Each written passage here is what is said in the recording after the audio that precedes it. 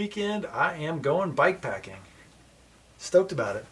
And I thought I would create a video and share basically how I do it, how I plan it, what I do, how to get from point A to B, how to make it happen. Thought that could be useful to some of you. You know, we all like to get out into the backcountry, be unplugged, but unfortunately it starts with some electronics and some maps and some planning. So I thought I'd go through those. So I start with paper maps. My wife likes to make fun of me. I don't know, because this is old school, it's a book of maps, whatever. This is Utah. Shows the detailed view here on the back, going to Area 80 this weekend around St. George. Zoom in to Area 80, and bam, look at all those roads you can go take on your bike. So from there, I use a combination of a computer and a smartphone. On the smartphone, I find Gaia really nice. You know, this allows you to auto snap to roads and features on a map. Lets you create the route. It does cost a little money though, so shell out those dollars, make it rain. Then you can export this to a GPX file and use that in various places. I will, for example, take that GPX file and put it into the laptop or put it into an app to get to Garmin Connect, to connect to a watch, or to share with a friend, to email, to who I'm going with, to maybe to my loved ones, to let them know what I'm doing. So you do need to use a few of these devices. I also use the computer to upload the GPX to this guy, Garmin Etrex 32. I find this really good. The buttons are easy to use. It's waterproof. The battery life is long. And speaking of batteries, that's one of the key points, is that it uses these dudes, which unfortunately aren't very eco-friendly, but you can pick them up at a gas station, pick them up at the grocery store, and make sure this doesn't go dead, so you know where you're going. So that's what I do for planning. It's not too complicated. It does take a little bit of a time. I probably spend a day, 2 days planning, just going out for the weekend, and looking forward to showing it to you. Every tour should start off with a little bit of maintenance. Make sure everything's in decent working shape. You don't want to get out there and have something dumb happen. Check your tires, chain, make sure it's lubed. I'm doing a few little things. I'm switching the pedals, took off some bottle cages, make room for my frame bag. I love the Karate Monkey. I am going to change the seat post. I'm going to be a weight weenie, and I'm going to put this rigid post on since I have it. This is about 279 grams. We'll see how much this is. I haven't weighed it yet, but Karate Monkey going weight weenie is a little odd, but I'm going to do it because we're going on a trip that's mainly double track, almost all double track, and I don't think I need this thing. It's a boat anchor. Got this bad boy swapped out off the bike. The rigid post is on. How many pounds do you think? 3/4 of a pound. This dude weighs in at 630 grams with the cable housing, and the actuator. The rigid seat post, which is an aluminum Easton seat post, nothing fancy, weighs in at 280. So that's 350 grams of difference, or 3/4 of a pound. Was that worth my time? I don't know.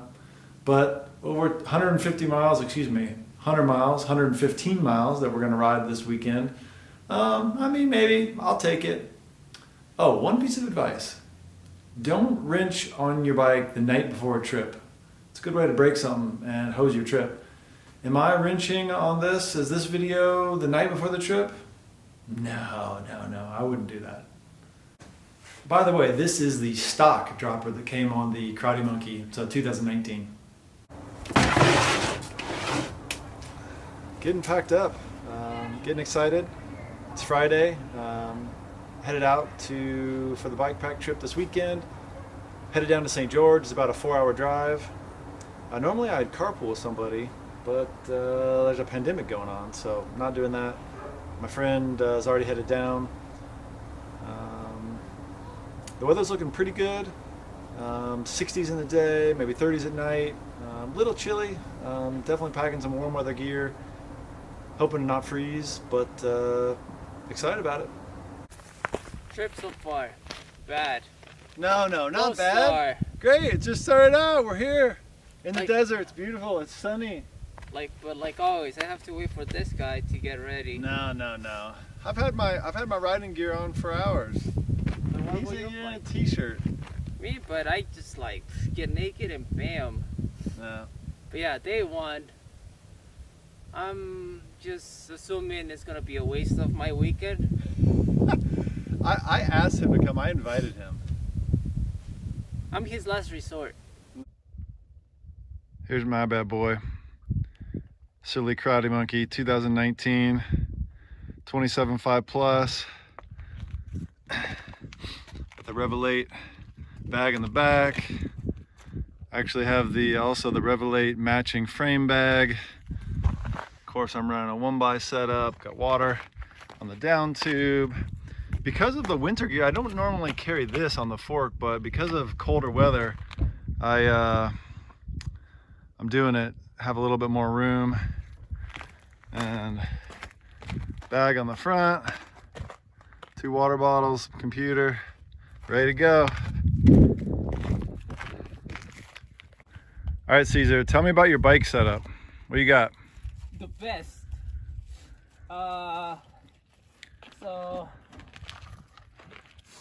food, clothes, weed, drone, more drugs, things to fix the bike, sleeping bag, food, water. The water's sketchy. This is interesting up here. Yeah, nice, dude. Look at those, the water bottle setup, sweet. Well, it's I don't know how you fixed it last time, so oh well, that's gonna have to do it. And yeah, that's pretty much it. I like it. And what kind of bike is this? Oh, it's the best bike in Salt Lake City. It's a horse thief. Salsa, horse thief. Yeah. All right, we're doing it.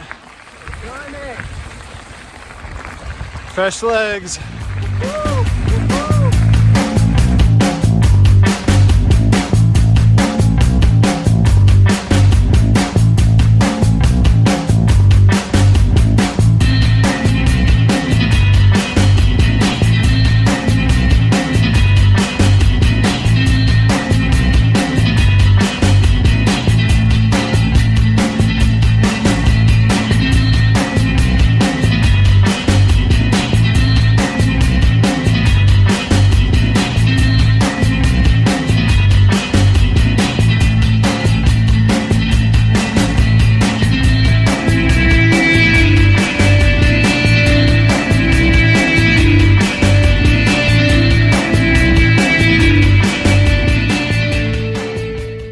So that's posted on the road that we want to go down. Not sure if that's a problem. We'll see. Caesar had A bump. had a rock come up and hit him. That's a nice bump. Things are going well, but we're getting crushed by this climb. Straight up. Like, it keeps going up, right? It keeps going up and up and up. There's a wall coming. That does not look good. Woo! Made it past what we were calling the wall. It's not really called that, but it looked like that on the elevation profile. I'm at 4328 feet of climbing from the car. Definitely rough, but doable. Let's see, we're in 3 hours and 40 minutes. So we may not make it to Mesquite today. Mesquite was 55 miles in, and we're like 20 miles in. But we'll keep pushing. Good morning. Start of day 2. Still in the tent. It's about, I don't know, 7:30 a.m. Woke up, cooked some coffee, the Jetboil. Spilled a little bit in my tent. Definitely be careful with coffee in your tent. Yesterday was hard. Climbed about 5,000 feet, 40 miles, 6.5 hours. But we're at a beautiful spot in a valley. Can't remember the name of the valley right now. But we're in camp right next to Joshua trees, which is cool.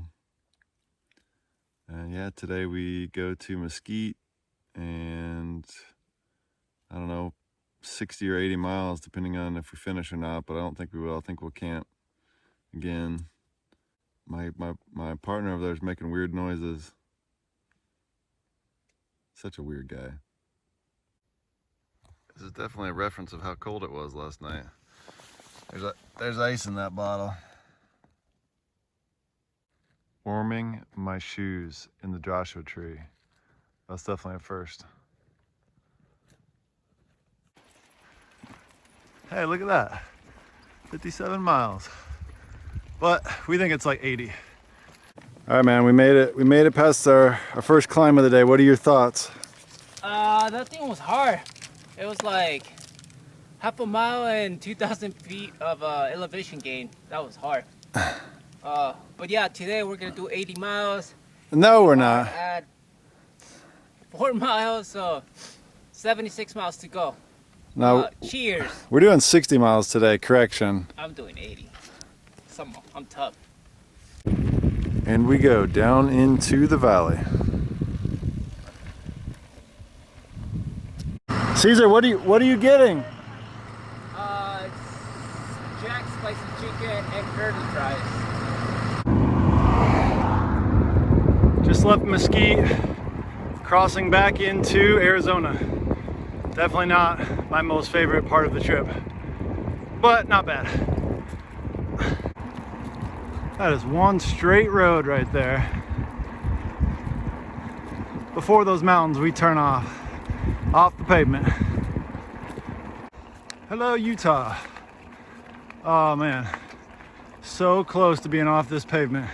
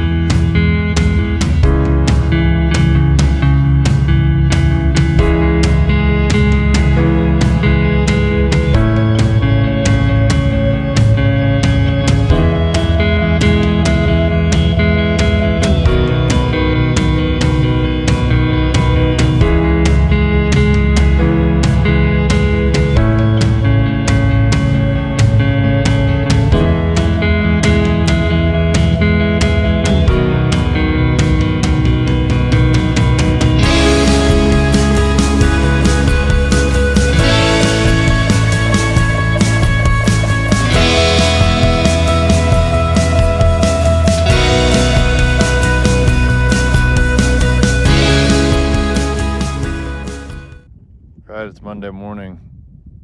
Windstorm came in and blowing our tents around, so we're packing up and we're gonna head out before sunrise, probably maybe an hour from sunrise. Not what we planned, but definitely adventure.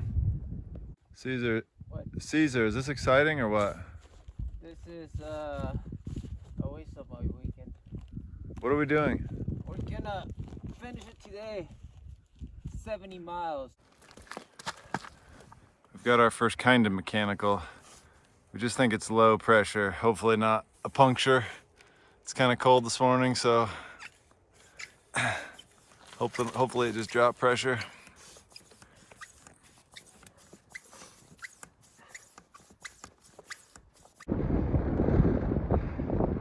Made it to the top. Still windy.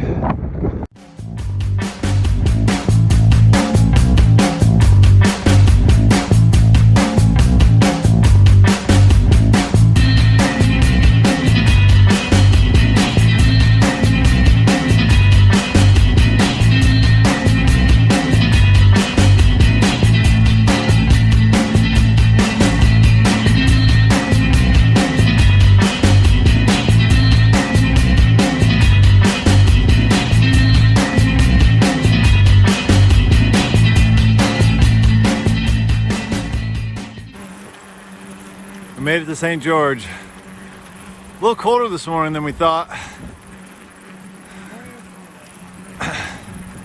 But now we're in the sun, warming up. That's how Caesar acts when he gets done with a big ride. That's how it ends. Yeah, it was for me it was easy. Brian was kind of sad. Yeah, I was like, he was complaining. I was lagging behind. But you know, like one day I just carried his bike. He walked. Yeah. And Yesterday I wanted to stop, but Caesar wanted to keep going.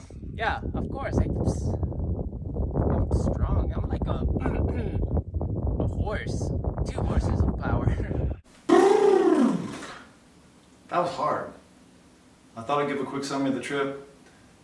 3 days, 120 miles, 12,800 feet of climbing, double track the whole way, 20% pavement. You know, after you get to Mesquite and then you ride from Nevada back to Utah and you ride on some pavement there. Other than that, all double track. Some chunky stuff. So, you know, I'd recommend a wide tire. I wouldn't do it on a gravel bike. You climb up onto a plateau. You know, you get all kinds of different scenery, desert scenery, from the high alpine to the low desert. We actually had some snow because we did it in January. Mesquite is a great place to resupply. Love that. Puts a town right in the middle of the loop. A lot of 2 or 3 day routes don't have a resupply point like that, so that was great. Ride through the Joshua trees. That was awesome. They're beautiful. Highly recommend it. Something unusual you don't see everywhere.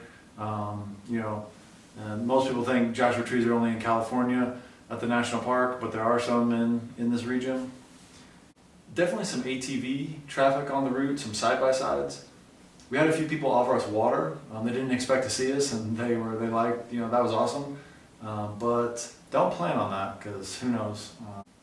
We carried 6 liters of water. That was pretty good. Depends on how much water you drink. My partner there drinks water like there's a faucet around every corner, so he's carrying a little bit more, but I thought 6 liters was pretty good. You could push the limits, carry a little less, maybe. I definitely like the direction that we rode it, clockwise route from St. George. That puts the really big climb first and gets it out of the way, and I'd highly recommend that. Camping is everywhere on this route. Lots of BLM land, public land, so take your pick. But there is some Arizona State Land Trust land, and you need to look at the permitting for that. If you park on it or if you camp on it, you're supposed to have a permit. I think it's $15, $20, and it's good for a year. But definitely pay attention to that. Don't park your car and get a ticket. I thought I'd give you a few tips. If you get cold, don't stay in your bag. Get up, do something about it. Get up, do jumping jacks, put on some more clothing, zip up your bag if it's open. It's so easy to lay there and just kind of suffer. One thing I did, which was really good, I actually had a jet boil in my vestibule area of the tent. I filled up a water bottle with hot water. I'd actually never done that before. It was amazing. Plan your elevation carefully. I originally saw the route at over 12,000 feet and I thought, no, that's not right. A lot of times my experience has been when you plug in a route into a software, it's questionable. This one was right on, and it was hard. I mean, that was fine, but it was hard. Think about your camp selection. Put some thought into your camp selection. We camped in an open area where we could have had a more protected site, and a wind blew up in the middle of the night and was, could have been better. We ended up leaving that campsite because it was so windy. You could make sure you don't put your tent in the middle of a wash. Make sure you don't put your tent on an anthill. Just put a little thought into where your camp is. Put your bags on your bike the night before, and your water bottle cages, everything, the way it's going to be. I got to St. George, almost didn't have a water bottle cage for my down tube. That would have been a mega bummer. I did have a backup that I was able to use, but almost had a problem. I wouldn't have had enough water capacity for the trip after driving 4 or 5 hours to the trailhead. So I'd recommend putting everything together the night before. in general, just a beautiful, beautiful loop. I'd recommend it.